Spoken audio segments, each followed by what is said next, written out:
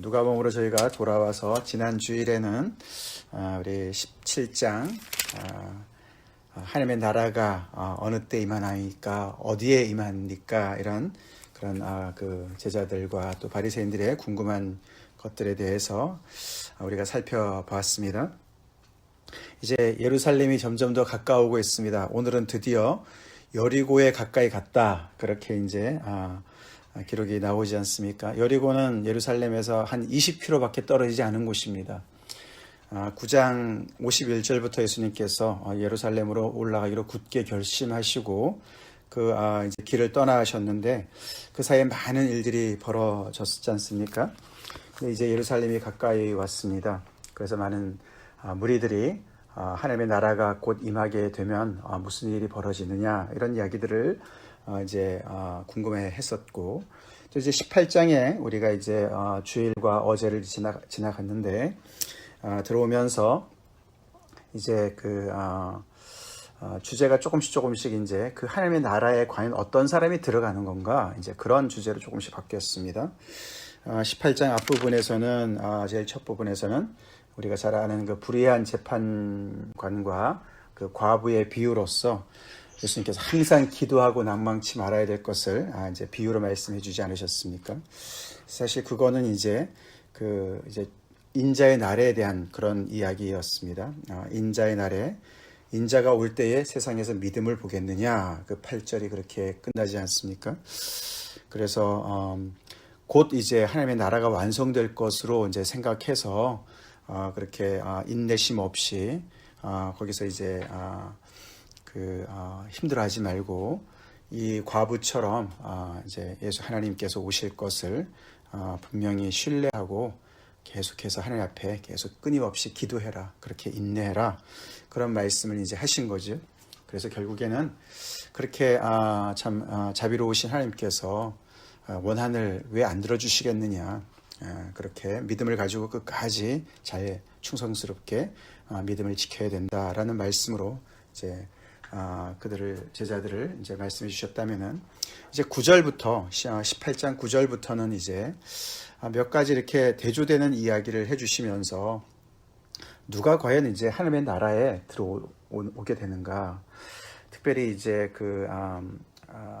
16절에 보시면은 예수께서 그 어린아이들을 불러 가까이 하시고 이르시되 어린아이들이 내게 오는 것을 용납하고 금하지 말라. 하나님의 나라가 이런 자의 것이니라 이렇게 말씀을 하십니다. 하나님의 나라가 이런 자의 것이다.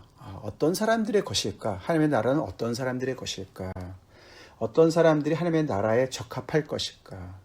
어떤 사람들이 하나님의 나라의 혜택을 누릴 것인가? 이제 그런 것을 다루십니다. 그러면서 예수님께서 여러 가지 말씀과 또 직접적인 사건을 통해서 이런 자들이 하나님의 나라에 정말 적합한 자들이다. 이런 자의 것이다. 라고 말씀해 주시는데 그런 내용이 굉장히 충격적이죠. 보통 그 당시 사람들의 생각과는 너무나 반대되는, 사실 제자들조차도 감을 못 잡고 있는 것과 같은 그런 상황이 벌어지고 있지 않습니까? 제자들은 어린 아기들이 오는 것을 금했습니다. 하나님의 정말 정말 아들이신 예수님께서 지금 이렇게 귀한 사역을 감당하시고 계시고 중차대한 일을 하시는데 거기에 어린아이들이 왜 끼냐 이거지요. 그런 그 당시에 사람들의 그 기준으로는 어린아이들 요즘같이 그렇게 무슨 어린아이들에 대한 어떤 그런 존중하는 마음 이런 거 없었거든요. 어린아이들은 아직도 인간이 덜 된 그런 존재들이었어요. 그 당시로는, 기준으로는. 이제 농경사회고 이러니까 어느 정도 이제 커서 뭔가 정말 이제 노동력을 제공할 수 있을 정도의 가치가 있어야 사람으로 취급받는 시대였기 때문에 또 어린아이들은 쉽게 이제 치사율도 높았고 그러기 때문에 완전한 그런 사람 취급을 못 받은 상황이었거든요. 그런데 예수님은 그런 아이들이 바로 하나님의 나라에 정말 들어가는 자들이고, 그리고 이 하나님의 나라를 이 어린아이와 같이 받들지 않는, 이 어린아이들을 이렇게 영접하듯이 하나님의 나라를 영접해야 거기에 들어가는 거다라고 말씀을 하시지 않습니까? 그리고 그 비유긴 하지만서도 자기를 높이고 자랑하는 바리새인 같은 그 기도의 자리에 가서 그런 사람들은 오히려 그런 사람들이 아니라 자기를 낮추고 정말 하나님 앞에 내가 죄인입니다. 나를 불쌍히 여겨달라고 그렇게 나아가는 세리가 오히려 의롭다함을 받고 그에게는 결국 그런 사람들이 하나님의 나라에 들어간다는 얘기지요.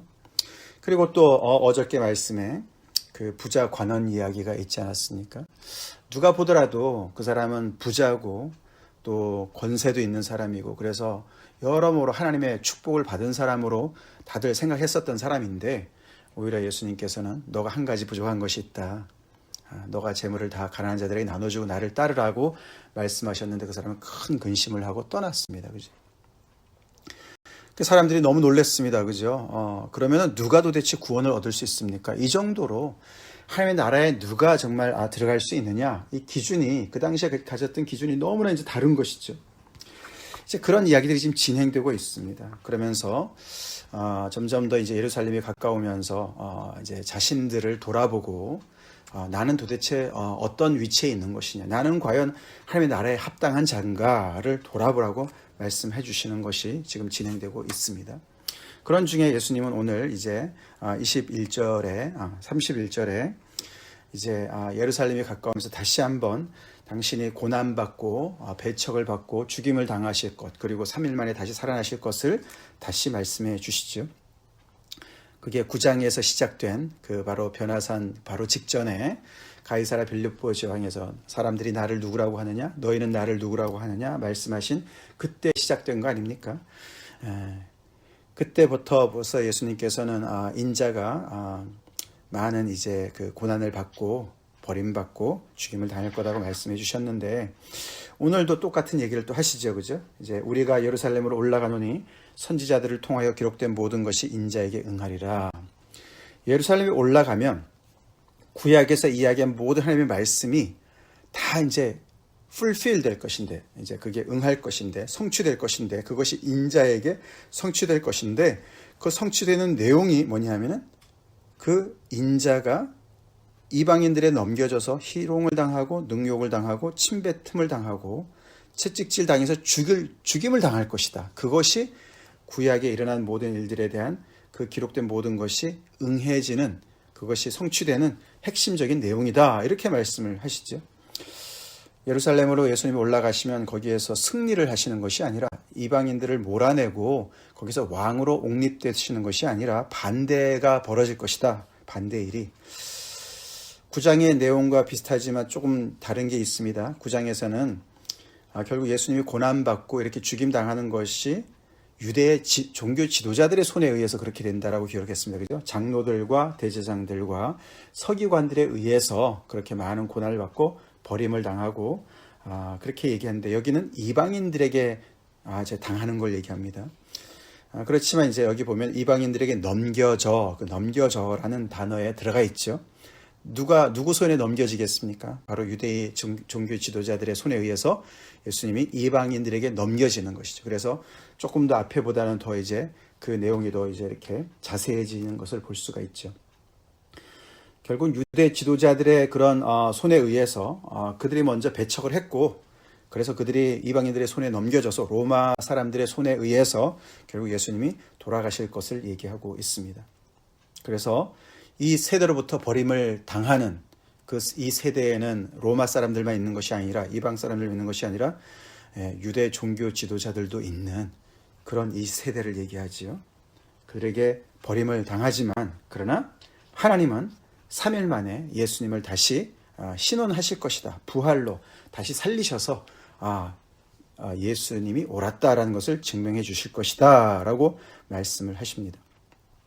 근데 그것이 선지자들을 통해서 기록된 모든 것의 핵심적인 내용이라는 거예요. 다시 말해서 구약의 그 하나님의 말씀의 그 모든 말씀의 핵심적인 내용이 바로 고난받는 종의 이 이야기라는 것이죠. 선지자들의 글에 어떤 특정한 몇 구절이 아니라 전체를 얘기하는 것이죠. 그래서 구약에 나타난 하나님의 뜻이 어떻게 정말 이루어지는가 그것의 핵심이 바로 이 예수님의 인생을 통해서 절정을 이루어서 하나님의 뜻이 이루어진다는 것을 이야기하시는 것입니다. 그러나 제자들은 그것을 하나도 깨닫지 못합니다. 9장에서도 예수님께서 이렇게 말씀하시고 변화산에서 내려오셔서 얘기하셨어도 그들이 정말 너무나 묻기도 두려워했지 않았습니까? 그때도 그랬는데 이렇게 예루살렘으로 오면서 그 노정에서 많은 가르침을 주셨는데도 불구하고 예수님이 어떤 분이신지, 그분의 정체성에 대해서, 그리고 예수님을 따르는 제자들의 그 제자의 그 모습이 어때야 되는지 다 말씀을 해주셨는데도, 그렇게 많이 듣고 배웠는데도 이들이 깨닫지 못합니다. 그만큼 제자들의 그 어떤 사고 체계가 그 세대를 여전히 정말 이렇게 따르고 있는 그 사고 체계를 아직도 가지고 있습니다. 그렇기 때문에 아까도 그렇게 어린 아이들이 예수님 앞에 나오는 것을 금하지 않습니까? 그래서 정말 너희 같은 그런 정말 이렇게 별볼일 없는 존재들은 예수님 앞에 나올 필요가 없다, 나와서는 안 된다, 뭐 이런 생각을 하고 있는 것이죠. 이제 그런 생각들을 가지고 있으니까 예수님이 이렇게 낮아지시는 것, 예수님이 이 세대에게 버림당하시는 것, 그런 걸 이해를 전혀 못하죠. 그래서 예수님이 계속 정말 하나님의 어떤 그런 그 아들로서 정말 이렇게 권위 있게 그 일을 행하시는 어떤 그런 부분들은 이해가 되지만, 낮아지시고 고난받고 수치를 당하시는 그 부분을 이렇게 통합을 못 시키는 그런 상태에 여전히 있음을 보게 됩니다. 그러다가 이제 그 여리고 가까이에 있던 한 맹인, 구걸하는 한 사람이 등장을 하지요. 거지 맹인, 여리고 근처에 살았던 거지 맹인이 등장합니다. 많은 무리가 지나가고 있습니다. 예수님과 함께 지나가고 있습니다. 그렇죠? 예수님이 굉장히 그 앞에까지도 이제 이렇게 그 소문이 났던 것 같죠. 그래서 그 사람들이 이렇게 예수님을 어떻게 소개합니까? 이 거지 맹인한테 나사렛 예수다라고 설명해요. 그죠? 막 사람들이 이제 웅성거리고 막 이렇게 뭔가 이제 사람들이 큰 무리들이 지나가는 것 같으니까 맹인이 물었죠. 무슨 일이냐? 그러니까 그 사람들이 나사렛 예수께서 지나가신다라고 얘기를 했습니다.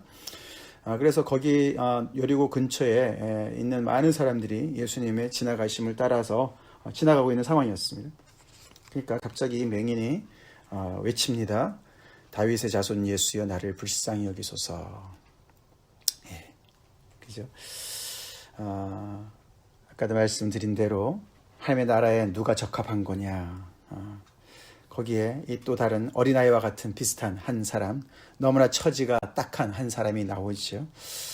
이 사람이 왜 거지가 됐겠습니까? 그는 눈을 못 보기 때문에, 앞을 못 보기 때문에, 맹인이었기 때문에, 신체적인 결함 때문에, 장애 때문에 결국은 거지에까지 떨어진 것이죠.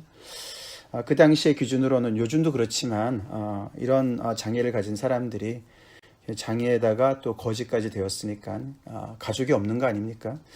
그래서 사회의 가장 밑바닥에 떨어진 그런 인생이었습니다.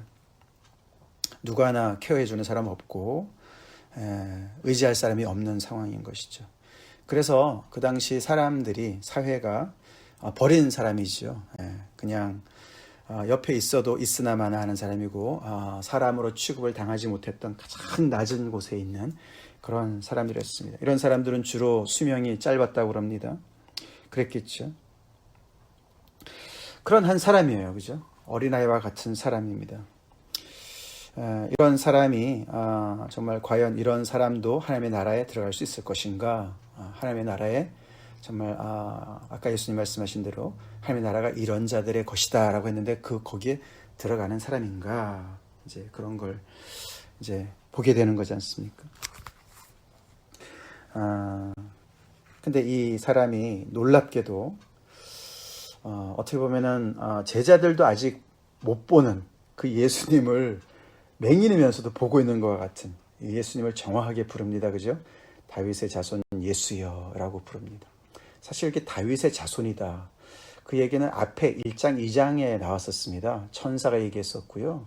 그죠? 그래서 이 보통 일반인들은 알지 못하는 그런 내용이에요. 예수님이 나사렛 예수 정도로 알았지, 예수님이 다윗의 자손이라는 얘기는 잘 모르는 상황이었습니다. 근데 어떻게 이 거지 맹인이 알았을까? 앞도 못 보는 사람이, 그리고 이 여리고 근처에 살았던 사람이 어떻게 알았을까? 소문을 듣긴 했을 텐데 어떻게 이렇게 예수님의 정체성에 대해서 정확하게 알았을까? 누가복음에서 예수가 누구신가에 대한 그런 그 타이틀이 하나님의 아들이라는 단어와 다윗의 자손의 나라가 가장 중요한 단어들입니다. 근데 그거를 알고 있었어요. 그러면서 나를 불쌍히 여겨달라. 그 옆에 예수님이 지나가신다는 그 소식이 그에게는 가장 큰 기쁨의 좋은 소식이었습니다. 그것이 복음이었습니다. 그래서 그는 무슨 정말 믿음이 있었는지 거기서 크게 외칩니다. 예수님이 들으라고 나를 불쌍히 여겨달라고 외칩니다. 그러니까 무슨 일이 벌어졌습니까? 앞서 가던 자들이 그를 꾸짖어서 잠잠하라고 했습니다. 앞서가는 자들이 누군지는 지금 밝혀지지 않습니다. 그죠? 그 혹시 제자들이 아닌가? 제자들이 아니길 바라요. 그죠? 근데 제자일 가능성도 있습니다. 그들이 한번 이렇게 어린아이들을 저지했던 사람들이기 때문에 이 맹인도 꾸짖을 수 있는 거죠. 그죠? 예수님 앞에 하나님의 나라에는 너희 같은 사람들은 들어올 자격이 없다라고 생각하는 것이죠. 여기서 앞서가는 자들이 그런 어떤 공간적인 개념에서 예수님보다 앞서서 가는 거리적으로 앞서간다 이렇게도 볼 수 있지만 이 맹인과 비교했을 때 사회적으로 더 높은 이렇게도 볼 수 있는 거예요. 너희 같은 천한 자들은 낮은 자들은 하나님의 나라의 그런 하나님의 은혜에 자격이 없다. 받을 자격이 없다. 하나님의 나라의 혜택을 누릴 자격이 없다. 이렇게 이제 얘기를 하는 거예요. 요즘에 우리가 이 코로나 사태 때문에 후유증들이 많이 일어나는 중에 하나가 증오 범죄가 점점 더 많이 생기지 않습니까? 특별히 미국에서 말이죠. 뭐 그냥 하루가 멀다 하지 않고 그 증오 범죄가 일어나고 있습니다. 아시안들한테 그죠? 너네 나라로 돌아가라. 너희들은 여기 이 나라에 살 자격이 없다. 백인들이 그러고 있지 않습니까? 그런 것처럼 이제 너희 같은 자들 하나님의 나라에 적합하지 않다 뭐 이러는 거잖아요. 그죠? 거짓 맹인 주제에 너가 지금 예수님을 막아 세우느냐? 이분이 큰일을 하실 분이신데 뭐 이런 거지 않습니까? 참 이 백인 우월주의들 자들 앞서가는 자들이라고 생각하는 그런 위치에 있는 사람들입니다. 근데 안타깝게도 제자들도 약간 그 자리에 지금 서 있는 거예요. 우리는 도대체 어느 자리에 서 있는가 돌아봐야 됩니다. 내 자신을 높이는 거 아닌가? 나도 하나님 앞에서 바리새인처럼 나는 하나님 앞에서 이렇게 잘하고 나는 금식도 하고 나는 11조도 하고 나는 기도도 잘하고 뭐 이런 자기를 높이는 그 바리새인 같이 이 미국에 있는 많은 이 우월주의에 있는 이 사람들이 앞서가는 자들로 생각을 하고 있습니다. 뭐 극소수의 정말 극소수이긴 하겠지만 근데 거기에 굴하지 않습니다. 감사하게도 이 맹인이 굴하지 않습니다. 그가 더욱 소리를 크게 지릅니다. 다윗의 자손이여 다시 부릅니다. 나를 불쌍히 여기소서. 이 다윗의 자손인 예수님 그렇기 때문에 그 앞에서 정말 너무나 기가 죽어서 그분 앞에서는 정말 그렇게 지체가 높으신 분인데 내가 어떻게 감히 나 같은 자가 감히 어떻게 나가느냐 이렇게 생각을 안 한 거예요. 오히려 다윗의 자손이라면 예수님이 다윗의 자손이라면 즉 메시아라면은 이 땅에 오실 그 메시아라면 그래서 이 땅을 회복하실 그 메시아라면은 나 같은 사람을 불쌍히 여기실 것이다. 그런 믿음이 있었어요. 그죠? 즉 자기 자신을 낮추는 자죠. 예수님께서 여기 앞에서 그렇게 말씀하십니다. 아까 16절 그 뒷부분에 17절 내가 진실로 너에게 이르노니 누구든지 하나님의 나라를 어린아이와 같이 받들지 않는 자는 결단코 거기에 들어가지 못하리라. 그렇게 얘기하시면서 거기 특별히 14절 보시기 바랍니다. 14절 뒷부분에 무릇 자기를 높이는 자는 낮아지고 자기를 낮추는 자는 높아지리라.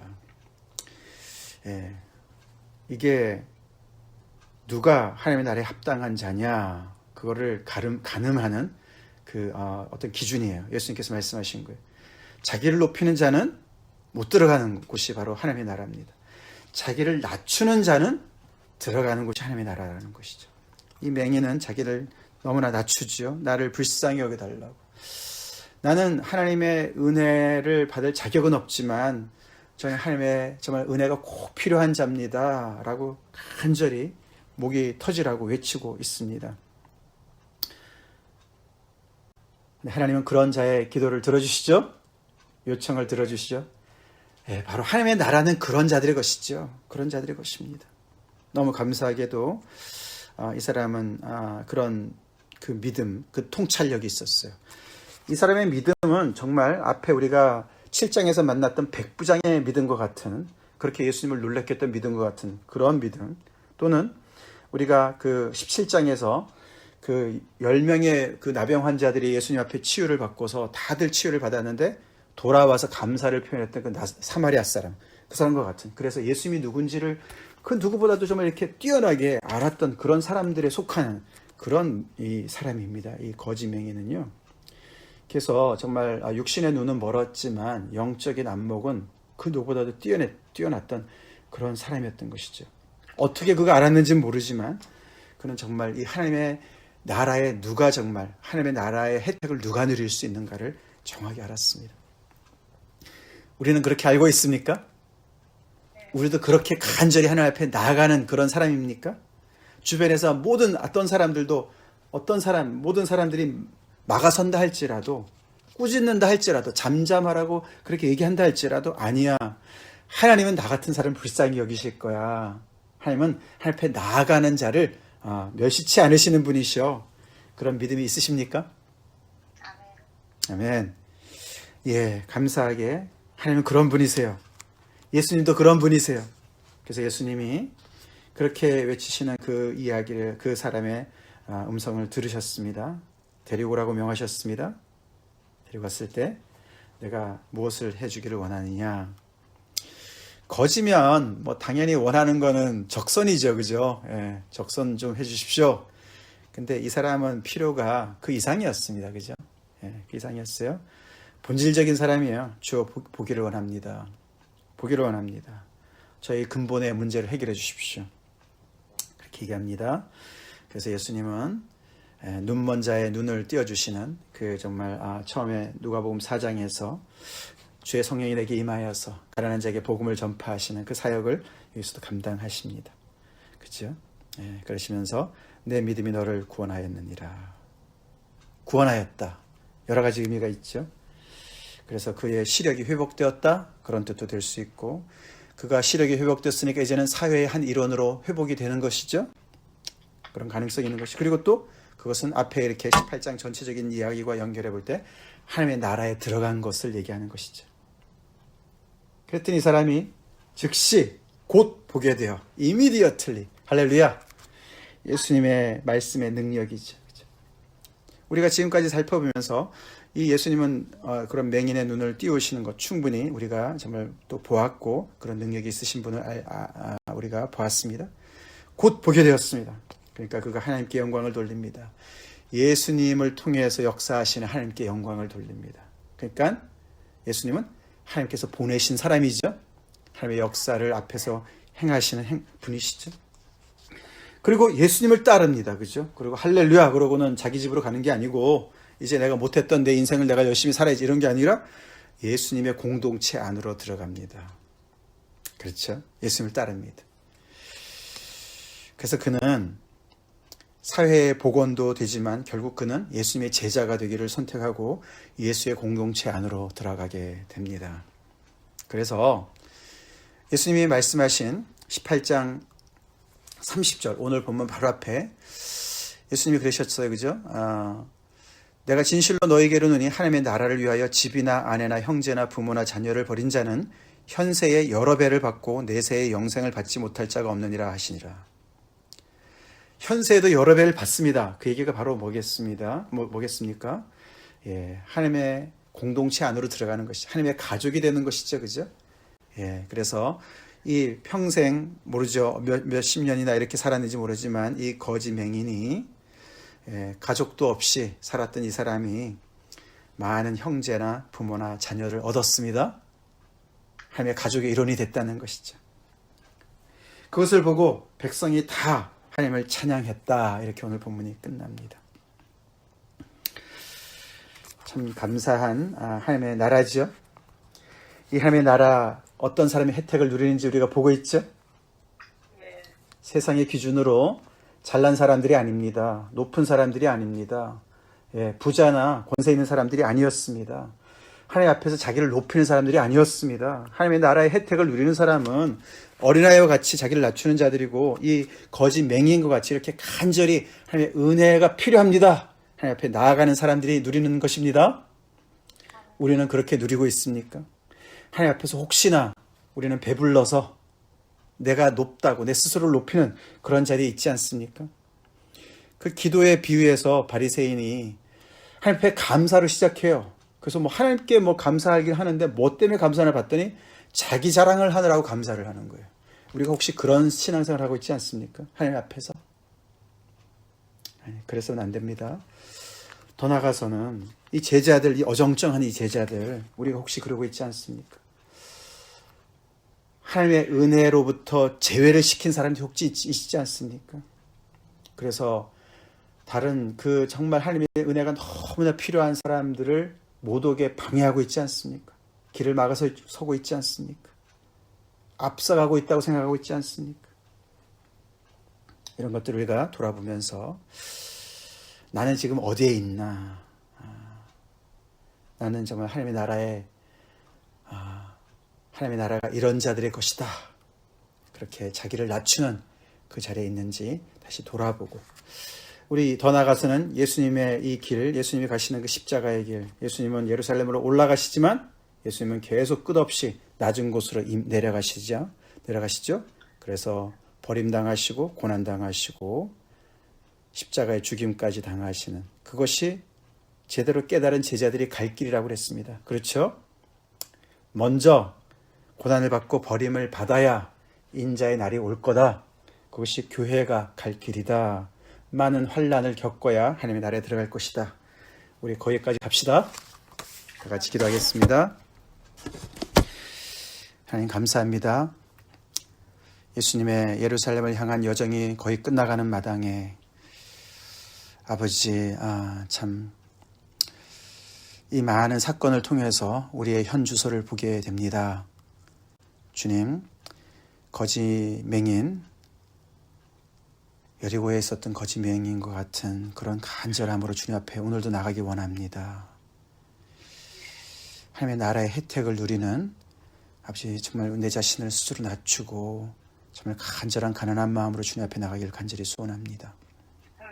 더 나아가서 주님, 그 어떤 사람도 주님의 이 은총 아래 제외를 시키지 않게 하시고 예수님이 가시는 그 십자가의 길을 끝까지 감당하고 한 걸음 한 걸음 같이 동행하는 저희가 되길 간절히 소원합니다.